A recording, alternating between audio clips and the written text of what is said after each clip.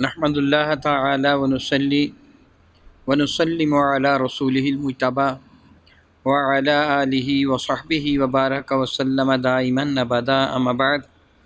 اعوذ باللہ من الشیطان الرجیم بسم اللہ الرحمن الرحیم الحمد للہ تعالی کہ رب کائنات کے احسان اور کرم سے آج آپ کا سبق شروع ہوگا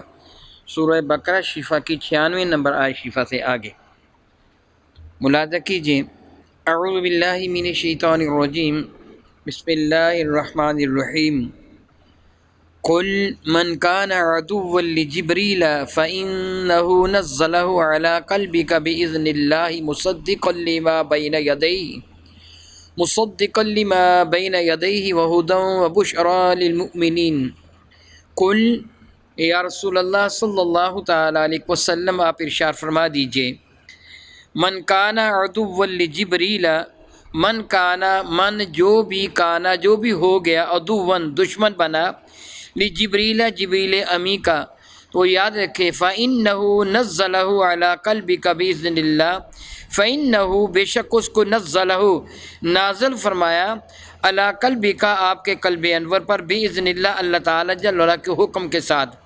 مصدقا لما بین یدیہ جو قرآن تصدیق کرتا ہے اس چیز کی جو ان کے ہاتھوں میں ہے، یعنی یہود و نصارہ کے، وہدی و بشریٰ للمؤمنین یہ ہدایت بھی ہے اور خوشخبری بھی ہے ایمان والوں کے لیے۔ مدینہ طیبہ کے یہودی اور دیگر یہودی بھی بہانے بازیاں کرتے تھے میرے کریم آقا تاجدار ارب شفیع معظم رحمۃ اللہ پر ایمان لانے کی، یعنی ایمان نہیں لانا چاہتے تھے، بہانے بناتے تھے، کوئی نہ کوئی ایسا نقض یا بہانہ تلاش کرنے کی کوشش کرتے تھے تاکہ وہ اپنے عوام کے سامنے کم از کم سرخرو ہو سکیں،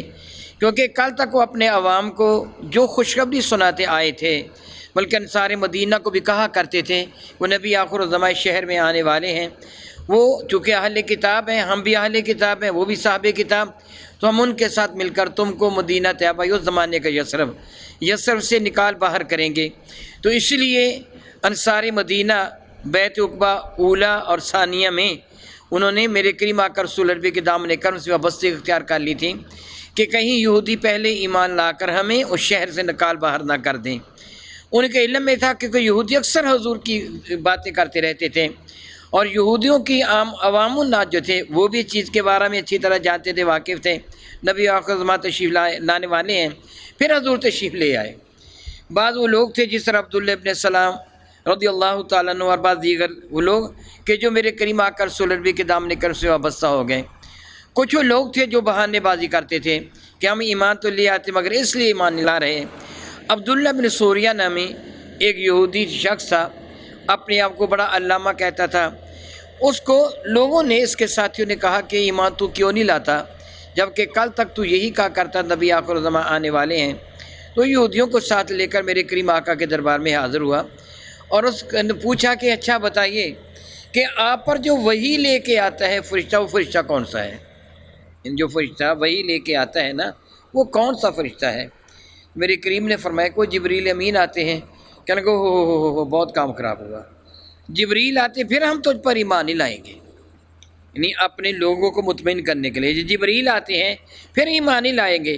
اگر میکائیل آتے نا تو پھر ہم ایمان لے آتے،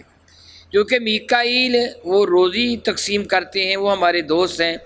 جبریل تو ہمارا دشمن فرشتہ ہے۔ انہوں نے کہا کہ ہمارے نبی کو بتا دیا گیا تھا کہ بخت نصر نے بیت المقدس کو تباہ و برباد کرنا ہے، ہمارے نبی نے ہمیں بتا دیا، یعنی پرانی بات، آباء و اجداد کی بات، باپ داداؤں کی بات، ہمارے نبی نے ہمیں بتا دیا کہ بخت نصر ایک ایسا شخص پیدا ہوگا کہ جو بیت المقدس کو تباہ و برباد کر دے گا۔ ہمارے نبی کو بتا دیا گیا کہ بخت نصر بابل میں ایک غلامانہ اور مسکین زندگی بسر کر رہا ہے، جو بخت نصر ہے ایک غلام ہے، مسکین زندگی بسر کر رہا ہے۔ ہمارے آباء و اجداد نے ایک وفد بھیجا تاکہ اس کو قتل کر دیا جائے، مگر جبریل نے اس کو بچا لیا، قتل نہیں ہونے دیا، اور اس سے بڑا ہو کر پھر بیت المقدس کی اینٹ سینٹ بجا دی۔ جبریل ہم پر عذاب لے کے آیا، دراصل جبریل امین ہی عذاب لے کے آتے ہیں اللہ تعالیٰ کے حکم کے ساتھ، اللہ تعالیٰ حکم دیتا ہے جبریل کو، وہ قوم لوط کے ساتھوں کے ساتھ شہر جو ساتھ تھے وہ جبریل ہی نے برباد کیے تھے۔ جبریل ہی چیخ مارتے چنگارتے تھے، یعنی حکم دیتے تھے، ڈانٹتے تھے، مر جانے کا حکم دیتے تھے، لوگ مر جاتے تھے۔ یعنی جبریل کو اللہ تعالیٰ نے بہت زیادہ قوت عطا فرمائی، اور وہ اللہ تعالیٰ جل وعلا کی جانب سے عذاب کو نافذ فرماتے تھے۔ یہودیوں نے یہ بات سچ کہی تھی کہ ان پر جو عذاب ہے وہ جبریل کے ذریعے آئے تھے۔ تو کہنے لگا اپنے ساتھیوں کو، ان دوسرے یہودیوں کو، عوام الناس کو، دیکھو یہ تو ہمارا دشمن فرشتہ ہے، معاذ اللہ تعالیٰ سماذ اللہ تعالیٰ، اس سے بڑھ کر اور دشمنی کیا ہوگی۔ بدبخت بکنے لگا کہ آج تک جو نبوت آئی تھی وہ آئی تھی بنی اسرائیل میں، اور اس نے نبوت صرف دشمنی کی وجہ سے بنی اسرائیل میں منتقل کی ہے۔ مرضی جبریل کو تو نہیں ہے نا کہ جبریل جس کو چاہے نبی بنا دیں، یہ تو میرے اللہ کی رضا ہے۔ نبی تو پیدا ہی نبی ہوتا ہے، وہ تو جب سے اللہ تعالیٰ نے ارواح کو پیدا فرمایا وہ فیصلہ تو اسی وقت سے ہو چکا ہے کون نبی ہے، کس کو نبی بنایا جانا ہے۔ یہ بعد میں فیصلے نہیں ہوتے، یہ تو جب اللہ تعالیٰ جل وعلا نے اذا اراد شیئا ان یقول له کن فیکون، جب ارادہ فرمایا تھا کائنات ہستی کی تخلیق کا، ہونے کو حکم دیا تھا، چیز اسی وقت ہو گئی تھی۔ میرے کریم آقا تو سب سے پہلے پیدا شدہ ہیں، یعنی اللہ تعالیٰ جل وعلا نے میرے کریم آقا کے نور کو تو سب سے پہلے تخلیق فرمایا، بنا بری کوئی اچانک تو نبوت نہیں کسی کو دی گئی۔ اللہ تعالیٰ فرماتے ہیں ان کو بتا دو کہ وہ کہنے لگا جی اب اس لیے ہم ایمان لا رہے کہ آپ کے پاس جبریل آتے ہیں۔ کل فرما دو من کان عدوا لجبریل، جو جبریل کا دشمن ہوا نا تو فإنہ نزلہ، پس جبریل وہ ہے کہ جس نے نازل کیا اس قرآن کو علی قلبک، اللہ آپ کے قلب انور پر، بإذن اللہ، اللہ تعالیٰ کے حکم کے ساتھ، مصدقاً، یہ قرآن کی تصدیق فرماتا ہے، لما یدیہ، جو ان کے ہاتھوں میں تورات، زبور اور انجیل ہے، قرآن اس کی تصدیق فرماتا ہے۔ وَہُدًى وَبُشْرًى لِلْمُؤْمِنِينَ، ہدایت بھی ہے اور ایمان والوں کو جنت کی خوشخبری بھی سناتا ہے۔ الحمدللہ تعالیٰ ثم الحمدللہ تعالیٰ۔ اگر یہودیوں تم بے ایمان بن رہے ہو تو پھر تمہاری مرضی، قرآن کی تو خوشخبری سنانے کے لیے آیا۔ دیکھیے اس بات سے جو کچھ میں پہلے عرض کر چکا ہوں، کس قدر واضح ترین اندازہ ہو جاتا ہے، واضح ترین انداز میں، کہ یہودی میرے نبی کو جانتے تھے یہ وہ نبی آخر زمان ہے۔ اب بہانے بنا رہے ہیں کہ جبریل نہ آتا، میکائیل آتا تو پھر ہم ایمان لے آتے، جو کہ جبریل آیا ہے تو جبریل اپنی مرضی سے آیا ہے۔ اللہ تعالیٰ فرماتے ہیں ان کو فرما دیجئے، من کان عدوا للہ، اور جو کوئی دشمن ہوا اللہ تعالیٰ جل وعلا کا، من کانا، اور جو کوئی عدوً دشمن بنا، للہ عدو دشمنی کی، اس نے عداوت کی اللہ تعالیٰ کے ساتھ، وملائکتہ، اور اللہ تعالیٰ کے فرشتوں کے ساتھ، ورسلہ، اللہ تعالیٰ کے رسولوں کے ساتھ، وجبریل، اور مخالفت کی دشمنی کی جبریل امی کے ساتھ، ومیکال، اور دشمنی کی میکائیل علیہ السلام کے ساتھ، فإن اللہ، اسے چاہیے کہ جان لے بے شک اللہ تعالیٰ عدو للکافرین، سارے کافروں کا دشمن ہے۔ وہ جو دشمنی دکھاتے ہیں نا، ہم فلاں فرشتے کے دشمن ہے، فلاں فرشتے کے دشمن ہے، جو بندہ فرشتوں کا دشمن ہے وہ اللہ تعالیٰ جل وعلا کا دشمن ہے۔ فرشتے تو اللہ تعالیٰ جل وعلا کے نہایت ہی وفاشار ہیں نا، حدیث قدسی ہے، میرا اللہ فرماتا من عاد لی ولیا فقد آذنتہ بالحرب، جو کوئی میرے ولی سے دشمنی رکھتا ہے میں اس کے خلاف اعلان جنگ کرتا ہوں۔ اللہ تعالیٰ اپنے ولیوں سے محبت فرماتے ہیں، جو اللہ کے ولی کا دشمن ہوتا ہے اللہ تعالیٰ جل وعلا اس کے خلاف اعلان جنگ فرماتے ہیں۔ واللہ عزیز ذو انتقام، اور اللہ تعالیٰ غالب ہے، زبردست انتقام لینے والا ہے۔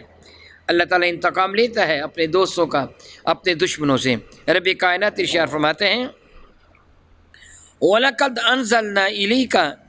آیات بینات، اے محبوب مکرم صلی اللہ تعالی وسلم، وَلَقَدْ، اور البتہ تحقیق، انزلنا الیکا، انزلنا ہم نے نازل فرمائی، الیکا آپ کی جانب، آیات وہ آیتیں، بینات مبین ظاہر بیان کر دینے والی، کھلم کھلا دلائل پر مشتمل وہ آیتیں۔ آیت کا لفظی معنی دلیل ہوتا ہے، یعنی روشن آیتیں، روشن دلائل۔ وما یکفر بہا الا الفاسقون، وما یکفر بہا، اور ان آیتوں کا کوئی بھی انکار نہیں کر سکتا، ممکن نہیں ہے، الا الفاسقون، ہاں جو فاسق و فاجر ہیں، جھوٹے ہیں، مکار ہیں، دغاباز ہیں، فریبی ہیں، صرف وہ انکار کرتے ہیں۔ قرآن مجید فرقان کی حقانیت کی اس سے بڑھ کر اور دلیل کیا ہوگی؟ قرآن کریم کی ہر آیت بارکہ کی 14 صدیاں بیت چکی ہیں، قرآن کریم نے چیلنج کیا تھا، فاتوا بسورۃ من مثلہ وادعوا شہداءکم من دون اللہ ان کنتم صادقین، جاؤ اپنے سارے گرو گھنٹالوں کو جمع کر لو، سارے سر جوڑ کر بیٹھ جاؤ، پوری دنیا کے انسان ایک جگہ جمع ہو جاؤ، سر جوڑ کے بیٹھ جاؤ، اس قرآن کریم کی مثل بنا لاؤ۔ اگر تم اپنے دعویٰ میں سچے ہو، فَإِن لَّمْ تَفْعَلُوا وَلَن تَفْعَلُوا، پھر اگر تم قرآن کی مثل نہ بنا سکو، اور خبر دی وَلَن تَفْعَلُوا، ہم اعلان فرماتے ہیں، یعنی اللہ تعالیٰ فرماتا ہے، ہم اعلان فرماتے کیا کہ فَإِن لَّمْ تَفْعَلُوا وَلَن تَفْعَلُوا، تم ہرگز نہیں کر سکتے، تم نہیں بنا سکتے قرآن کی مثل۔ سارے دنیا کے کافر، بڑے بڑے ادیب، بڑے بڑے مفکر، بڑے بڑے وہ دانا اپنے آپ کو کہلوانے والے، بال کی کھال اتارنے والے، وہ قرآن کی مثل کو ایک آیت بنا کے دکھا دیں، نہیں بنا سکتے۔ قرآن کریم کا چیلنج ہے۔ پھر دیکھیے، میں اپنی قومی زبان میں گفتگو کر رہا ہوں، آپ کو سبق پڑھا رہا ہوں، میری گفتگو ریکارڈ ہو رہی ہے، میرا بھائی ریکارڈنگ بند کر کے کہے کہ شاہ جی تھوڑی سی مس ہو گئی ہے، دوبارہ بین ہی وہی لفظاً بلفظاً گفتگو کر دو، میں نہیں کر سکوں گا، یعنی میں اپنی قومی زبان میں گفتگو کر رہا ہوں، میں نہیں کر سکوں گا۔ آگے پیچھے الفاظ ہو جائیں گے، مفہوم وہ ہوگا، الفاظ میں کمی ہو جائے گی، بیشی ہو جائے گی۔ میرے نبی پہ 23 سال قرآن پاک نازل ہوا، جو آیت پہلے دن جس طرح پڑھی تھی 23 سال بعد بھی اسی طرح پڑھی ہے۔ حالانکہ میرے کریم آقا نے کوئی رٹا تو نہیں لگا رکھا تھا، لکھنا نہیں جانتے، نہیں لکھتے تھے، کوئی لے کے اپنے پاس تو نہیں حفظ کر رکھا تھا۔ پھر کون یہ ثابت کر سکتے ہیں کہ 23 سال میں ایک مرتبہ بھی کسی آیا بار کمی، معمولی سی کمی بیشی بھی میرے نبی نے فرمائی ہو؟ نہیں فرمائی۔ اس سے بڑھ کر اور اعلیٰ ترین دلیل کیا ہو سکتی ہے؟ تو رب کریم فرماتے ہیں اس کا کوئی بھی انکار نہیں کر سکتا سوائے فاسق و فاجر کے۔ ارشاد گرامی قدر فرماتے ہیں کہ اَوَكُلَّمَا عَاهَدُوا عَهْدًا نَبَذَهُ فَرِيقٌ مِّنْهُمْ اَوَكُلَّمَا، اور جب بھی کبھی ان یہود و نصارہ نے کوئی بھی عَاهَدُوا عَهْدًا وعدہ کیا، کوئی بھی وعدہ، یعنی اللہ تعالیٰ جل وعلا کے ساتھ انبیاء علیہ السلام کی وساطت سے وعدہ کیا کہ پروردگار عالم جل مجل کریم خالق ہے، مالک ہے، وہ انبیاء کو بھیجنے والا ہے، حضور سید عالم کی تشریف آوری ہوگی، تم نے ان پر ایمان لانا ہے۔ ان کو جب بھی کہا گیا، جب بھی وعدہ ان سے لیا گیا، رب کریم فرماتا ہے نَبَذَهُ فَرِيقٌ مِّنْهُمْ، ان میں سے ایک فریق نے اس وعدے کو معاذ اللہ تعالیٰ توڑ پھینکا، یعنی ضائع کر دیا، وعدے کا سرے سے انکار کر دیا۔ فرماتا ہے نَبَذَهُ فَرِيقٌ مِّنْهُمْ، ایک فریق نے پھینک دیا، وعدے ہی کا انکار کر دیا، مانی نہیں ہے۔ ان سے کتنی مرتبہ وعدہ لیا گیا یہودیوں سے؟ حضرت موسیٰ کلیم اللہ نے کتنی مرتبہ وعدہ لیا، اب سن بھی چکے ہیں۔ ہم تورات کو نہیں مانیں گے، پھر ماننا پڑا، طور قریب آ گیا، اللہ تعالیٰ جل وعلا کو دیکھے بغیر ہم تسلیم نہیں کریں گے، لَن نُؤْمِنَ لَكَ حَتَّىٰ نَرَى اللَّهَ جَهْرَةً، بار بار ان کو تنبیہ کی گئی، وعدہ کیا گیا، اور بار بار یہ انکار کرتے رہے، مکرتے رہے بار بار۔ رب کریم فرماتے ہیں کہ بل اکثرہم لا یؤمنون، اور حقیقت یہ ہے ان میں اکثریت ان لوگوں کی ہے جو سرے سے ایمان لانے والے ہے ہی نہیں ہیں، جو ایمان نہیں لائیں گے۔ بدبخت، جانتے ہیں، سب کچھ جانتے ہیں، پتہ بھی ہے، حقیقت سے واقف ہیں، مگر ایمان نہیں لائیں گے۔ جس طرح قبل یہ پڑھ چکے ہیں بحمد اللہ تعالیٰ ثم الحمد اللہ تعالیٰ کہ اللہ تعالیٰ نے یہی ان کو سے ارشاد گرامی قدر فرمایا نا کہ تم یہ کہہ رہے ہو کہ ہم مانتے ہیں نبیوں کو جو پہلے نبی تھے، تو اگر تم ان کو مانتے تھے پھر ان کو قتل کیوں کیا، ان کو شہید کیوں کیا؟ تم نے نہیں مانا، طور تمہارے اوپر اٹھا کے لانا پڑا کہ تورات کو مان لو، پھر بھی تم نے کیا مانا؟ اللہ سے تم چھپا سکتے نا، کیا کہتے تھے؟ سمینا وعصینا، ہم سنتے تو ہیں، وعصینا دل میں کہتے ہیں مگر مانیں گے نہیں۔ اس سے بڑھ کر بدبختی اور کیا ہو سکتی ہے؟ معاذ اللہ تعالیٰ ثم معاذ اللہ تعالیٰ۔ گویا جو بندہ قرآن مجید فرقان کے نازل ہونے کے بعد ان حقائق سے واقف ہونے کے باوجود رسول رحمت پر ایمان نہیں لاتا، اس سے بڑا بدقسمت اور بدبخت زمانہ میں ہے ہی کوئی نہیں ہے۔ معاذ اللہ تعالیٰ، میں اس اللہ تعالیٰ کا شکر ادا کرتا ہوں کہ خالق کائنات تو نے احسان اور کرم فرمایا کہ اپنی شان کریمی کے تصدق ہم ناچیز و حقیر بندوں کو ایمان کی دولت عطا فرما دے۔ اس پر ہم تیرا شکر ادا کرتے ہیں مولا تعالیٰ، جب تک ہمیں زندہ رکھے ایمان کے ساتھ زندہ رکھنا، ہمیں آخری ہج کی آئے تو ایمان کے ساتھ آئیں، اور قیامت کے اٹھیں تو ان لوگوں کے ساتھ ہمارا حشر فرمانا جن کے ساتھ تو نے وعدہ فرمایا مع الذین انعم اللہ علیہم من النبیین والصدیقین والشہداء والصالحین وحسن اولئک رفیقا آمین او کما قال اللہ تبارک و تعالی واللہ تعالی اعلم باسرار کتابہ۔